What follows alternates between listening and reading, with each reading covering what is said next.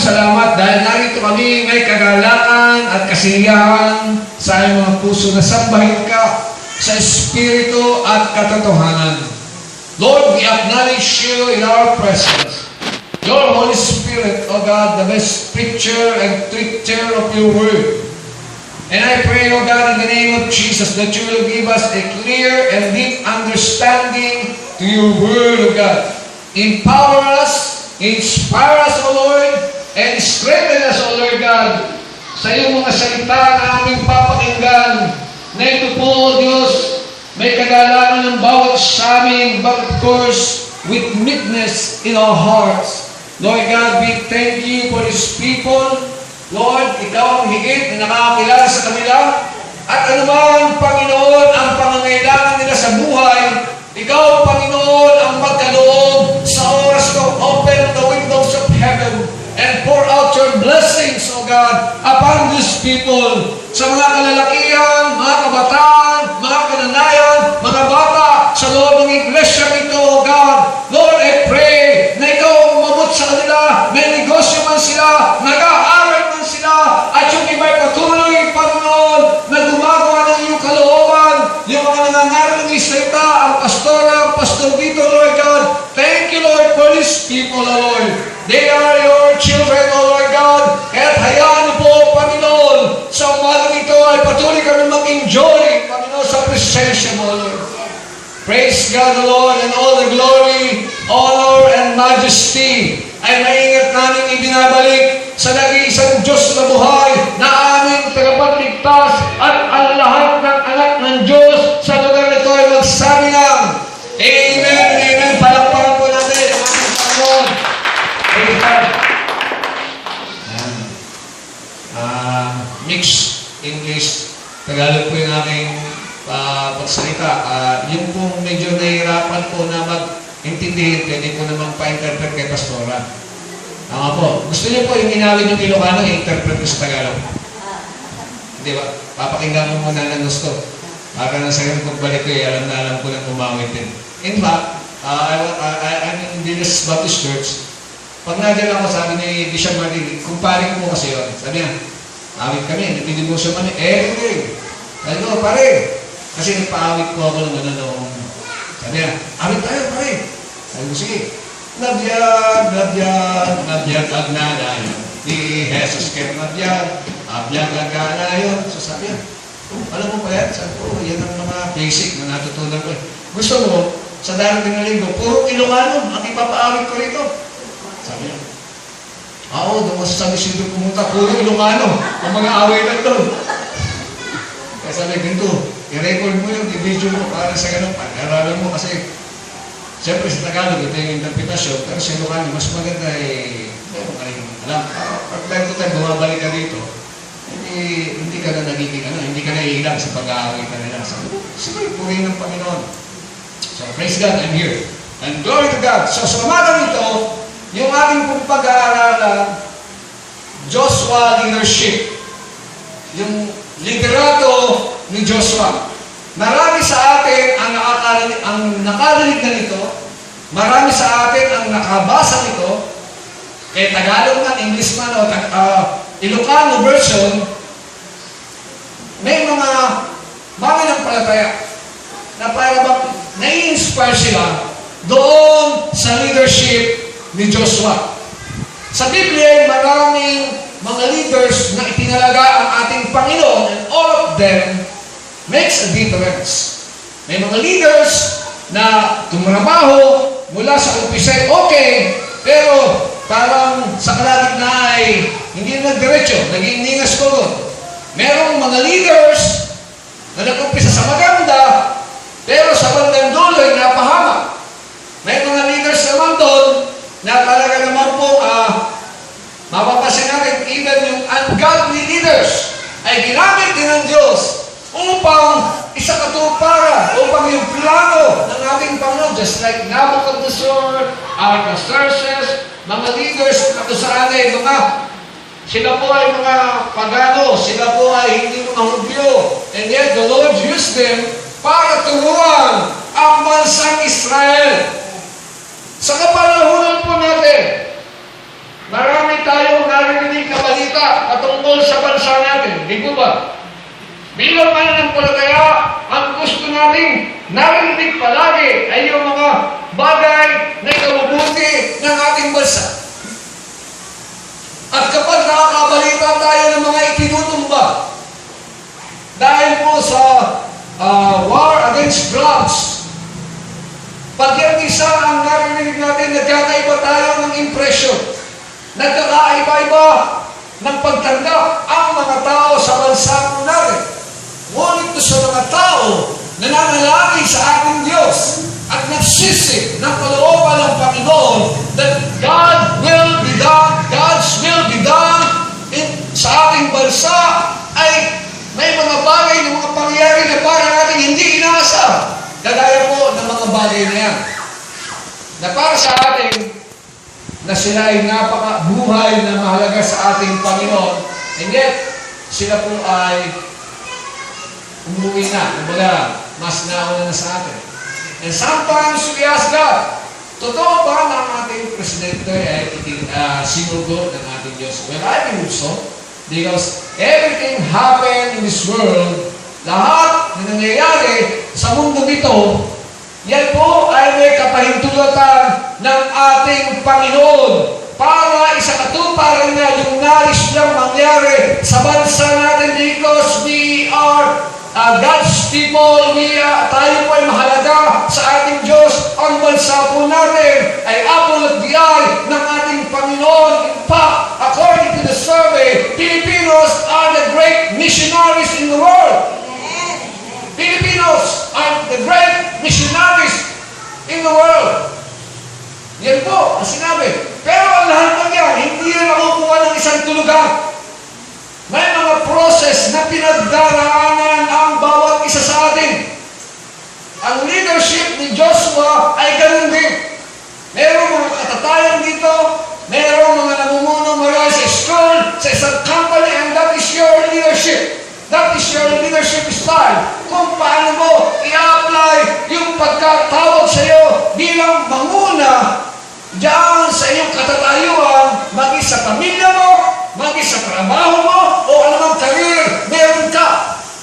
Sa amin naman, sa organisasyon, dahil ang mga kasama po namin ay mostly are pastors, may mga Muslim din, may mga Rizalista din, may mga kulto rin, iba't ibang religious organization, iba't ibang key leaders ng ating bansa.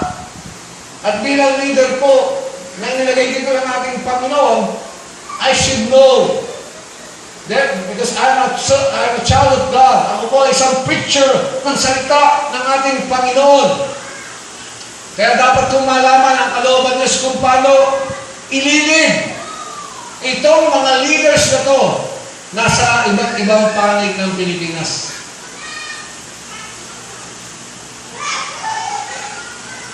So yung Joshua leadership, yung leader na kanyang sinasamahan during that time, sinusundan niya ay si Moises. Tama po? The Lord told Moses to bring out from Egypt the Israelites because they were oppressed for almost 400 years. Inilid sila papunta sa promised land. Pero, hindi po nagkaroon ng katuparan yun. Hindi si Moises ang nagdala sa promised land sa kanila. In fact, sabi ng Diyos, tumingin ka. Sabi ni Yahweh, umakyat ka ng mundo. Tanawin mo ang lupang Kanaan, makikita mo lang ang mga bagay niyan. Mai-enjoy mo sa paningin. Pero you will not enter into the promised land. So dahil may problema ang nagawa si Moises, ang sabi ng Panginoon, magsalita ka sa batong ito para magkatubig. Pero si Moises kasi sa dami ng mga tao, mga clan leaders ng mga Israelites, ng mga leaders ng kanilang mga kanya-kanyang angkan, ay maraming na pressure, maraming na stress. Kaya nangyari, yung mga complaints ng mga tao ito, yun hinampas na. At dahil sa pagkakamali na yun, naging dahil yun para hindi siya makapasok sa promised land. But he was a great leader. And then, after noon, sinabihan ng Diyos sa istorya nito, si Joshua, patay na ang lingkod kong si Moises. Now it is the time for you. So, definitely, God calls Joshua into leadership to succeed Moses. Because sa leadership, number one, definitely, God's calling for leadership is there. Mahalaga na ikaw ay talagang tinawag ng ating Diyos para pamunuan ang isang grupo para laging may gabay. At kung titignan natin dito si Joshua, ang kanyang background, doon po sa Mount Sinai, kasama-sama po siya doon ni Moises. Nakikita niya kung paano, narinig niya kung paano kinakausap ng Diyos si Moises.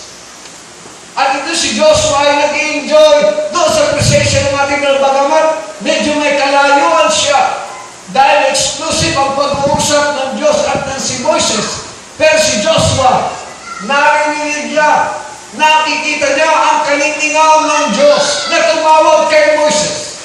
At noon sa Deuteronomy, noong mawawala na si Moises, nung siya po ay kukunin na ng ating ni Yahweh, ay pinatungan ng kamay ni Moises si Joshua. At si Joshua ay pinuspos ng kapangyarihan, ng karunungan, at ng Espiritu ng ating Panginoon. At dito sa pagkakataong ito, si Joshua marahil ay ginanap-namnam niya ang mga bagay na yun. Pinagbumuni-muni niya o pinagbubulay-bulay.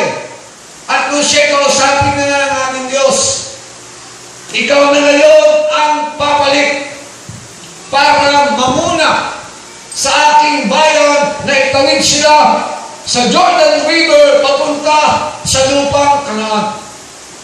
At sinabihan siya ng Diyos na ito ang mangyayari sa iyo. Akin po babasahin sa English na po. Okay lang po, nakaupo po kayo. After the death of Moses, New Living Translation. After the death of Moses, the Lord's servant, the Lord spoke to Joshua, son of Nun. Moses, assistant, he said, Moses, my servant, is dead. Therefore, the time has come for you to lead these people, the Israelites, across the Jordan River into the land I am giving them. I promise you what I promised Moses. Whatever you set foot, you will be on land I have given you, from the Negev wilderness in the south to the Lebanon mountains in the north, from the Euphrates River in the east to the Mediterranean Sea. In the west, including all the land of the Hittites, no one will be able to stand against you as long as you live. For I will be with you as I was with Moses. I will not fail you or abandon you. Be strong and courageous, for you are the one who will lead these people to possess all the land I swore to their ancestors. I will give them. Be strong and be very courageous. Be careful to obey all the instruction Moses gave you. Do not deviate from them, turning either to the right or to the left. Then you will be successful in everything you do. Study this book of instruction continually. Meditate on it day and night, so you will be sure to obey everything written in it. Only then you will prosper and successful in all you do. This is my command. Be strong and courageous. Do not be afraid or discouraged, for the Lord your God is with you wherever you go. Purihin ang Panginoon sa pagkabasa ng kanyang salita. So yung leadership ni Joshua ay galing sa ating Panginoon. We can see this in this scripture, in this chapter, na mayroong leader si Joshua. Ang leader, God is the God is the leader of all leaders. Amen? Amen. God is the leader of all years. In fact, He is the King of Kings and the Lord of Lords. So, God is the leader of all leaders. Kung si Joshua ay hinrain ng Panginoon doon sa wilderness, dahil sa wilderness na kanilang pinagdaanan, 40 years and 40 nights sila, and God's faithfulness are with them. Why? Dahil ang kanilang mga palyapak ay hindi naagnas, hindi natanap, ang kanilang mga sapatos, ang kanilang mga damit ay hindi malang napugna o hindi malang ito na nag-faded. Hindi nag-target ang mga bagay na dahil sa biyaya at habag ng Panginoon ang lahat ng ito sa kanilang mga buhay. Ganun din sa bawat isa natin. It's all by God's grace and mercy. Kung bakit tayo ay nabubuhay sa mundong ito.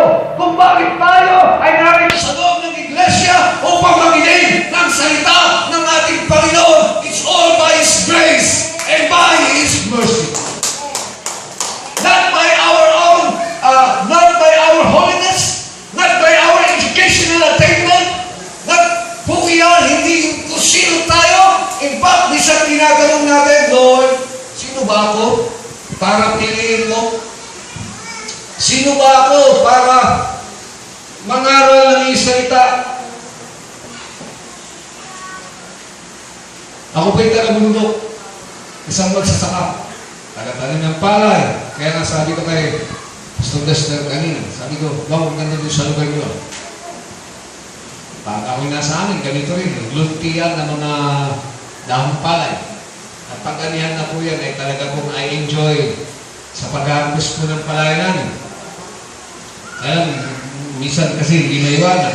Hindi maiwasan, ako'y kailangan ipataputong na ng Mindanao. From Mindanao, gawin ko Bisaya. Kaya meron na lang kami katiwala pag-harvest ng palay. But I enjoy reaping those mga palay. Lalo na po, pag ito ay hinog na. Kasi, kagisnan ko na po yun nung ako'y bata. So, makikita po natin dito na itong si Joshua, na isang ordinaryong tao na kagaya mo at kagaya ko. At sa inyo pong pakikinig, I believe doon na God is dealing you with something. He wants to talk to you. Gusto ka kausapin ng Panginoon, and sometimes, parang tayo nagiging, parang nai-ignore natin yun. Yung mga biddings ng ating Panginoon sa ating buhay. Gusto kang kausapin ng Panginoon, but because of your busyness, dahil masyado kang nakababad sa Facebook, masyado kang nakababad sa internet, kaya minsan yung boses ng ating Diyos, hindi mo ma-recognize. Kaya nagkakagaling mo. Gustong isang katuparan ng Diyos yung kanyang gustong ipagawa sa pamamagitan mo. Ang kailangan lang ay ikaw ay marunong makinig. Dapat may listening ears. Attentive ears. In fact, the Word of God says, be attentive to my word. At kapag bisan nakikinig lang tayo, ang problema ay kung paano natin i-implement. Tama po ba? Gusto lang natin makinig ng makinig, magkaroon ng kaalaman, acquiring knowledge and wisdom from the preacher. Pero ang problema sa atin ay kung paano natin i-apply yun sa ating mga buhay. Amen? Ilang minuto ba ako magsasalita dito? So, ilang minuto? Kasi sanay po ako mga ilang 3 oras. May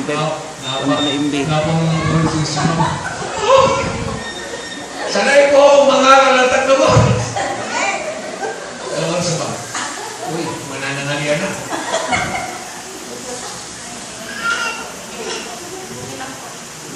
Ilang minuto na lang po.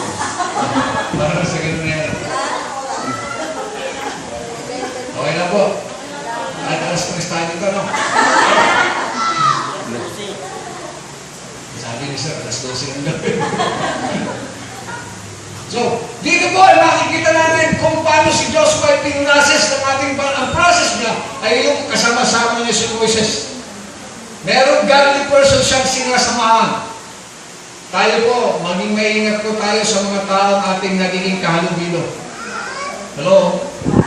Sometimes those person around you, na nakasurround sa iyo, sometimes sila po yung nagpo-pull you down. Dapat ang kasama-sama mo, pipili ka ng kaibigan, barkada, kilala. Sila yung maghihikayat sa'yo para iangat ang iyong pananampalataya. Ganon ang isang Kristiyano na mayroong pagkaunawa sa salita ng ating Panginoon. Kasi alam natin ang trend ng mundo ito. Ang mga Kristiyano po ngayon ay pinipilit ng kaaway na ilayo sa katotohanan na salita ng ating Panginoon. Pero ang maganda nito kasi Joshua na isang halimbawa, ang sinamahan niya, ayun alam niya na ang Diyos ay suma sa kanya. Kaya nung ibigay yung mantle sa kanya, batid ni Joshua, nasasamahan din siya ng ating Panginoon.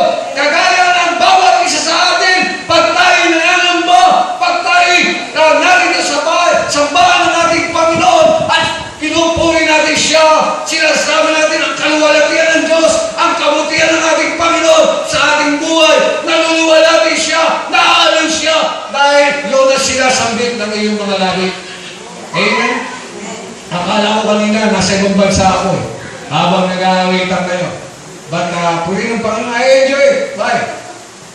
And alam naman natin yan, whatever language yan, as long as na ito ay para sa ating Diyos. Praise God. Palakpakan po natin ang ating Panginoon. Amen? So then, this Joshua, dahil sa Panginoon, then the Lord encouraged him, strengthened him. Ang inano dito ng ating Diyos ay yung kanyang courage. Because sometimes, our courage is under fire. Sometimes yung courage natin, yung hindi yung tapang na physical, na parang pag nakain ng alak, ay nag-uurigtado. Hindi po yun. Yung tapang na to ay galing sa puso, galing sa Espiritu ng Diyos, galing sa salita ng ating Panginoon. And sometimes, yung courage na yan, tinetest.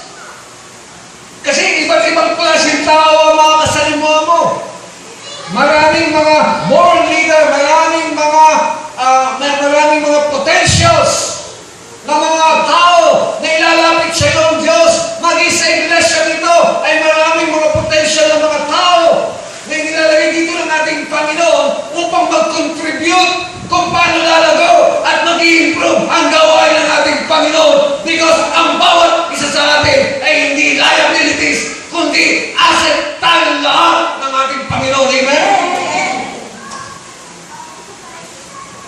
Sabihin nga po natin sa ating katabi, kapatid, kapsat, asset tayo ni Lord. Hindi ka liabilities. Hello? Dahil maraming mga Kristiyano, ang gusto lang ay makinig ng salita ng Diyos.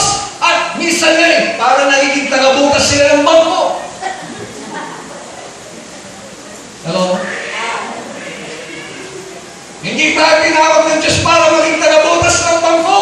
Ang gusto ng Panginoon, tayo lahat ay maging servant leader niya. Ginagawa ang lahat ng gusto niyang ipagawa sa atin. At abutin ang mga dapat abutin na mensahe ng salita ng ating Panginoon. I was 17 years old. Sakristan ako ng pari. That time. Ang panlilingkod ko sa Diyos, akala ko tama. But of course, yung mga kamag-anak kong nasa Baptist, sila po yung mga constantly, persistently na nagpe-pray sa atin. Na siyempre, sa kanila, na mga nakakabasa ng salita ng Diyos, mali yung way of serving God na ginagawa ko. Until one day, noong March 29, 1986, yung lugar namin, lugar ng mga NPA po yun. My father is a soldier, but he is killed by the NPA. And hindi ko ako nahikayat na sumama because they killed my father. Matindi ang recruitment po doon. Pero dumating po ako sa preacher. But no. Ako po ay nag-surrender ng buhay. Nag-change yung aking perception. Yung aking mga panos sa buhay. At ako po ay nakita ko na ito, mas makabulan itong paglilingkod kaysa yung dati. Tama? Mas tama ito kaysa dati. Kaya sabi ko, kulinan pa. And then, one time, may isang picture doon sa Baptist na nangangaral. 24 years old, ako 17. Then, ako po'y nakaupo doon sa sulot, doon sa dulong-dulo. Parang ganun, kaya doon sa lalaki. Sabi ko, Lord, humahanga ako doon sa pangangaral kasi ang tapang. I go, Lord, make me a preacher of your word. I didn't ask God to make me a pastor. I asked Him, Lord, make me a preacher of your word. And from that time, hindi ka lang nangyari yun. But at the age of 17, nangaral na po ako ng salita ng Diyos. The age of 17. In fact, my first assignment in Baptist Church ay yung sa kubeta. He or she. Ay siyempre, kaliwat kanan yung aking hindi. Kanan ba? O kaliwa? Kasi, pang babae, pang lalaki.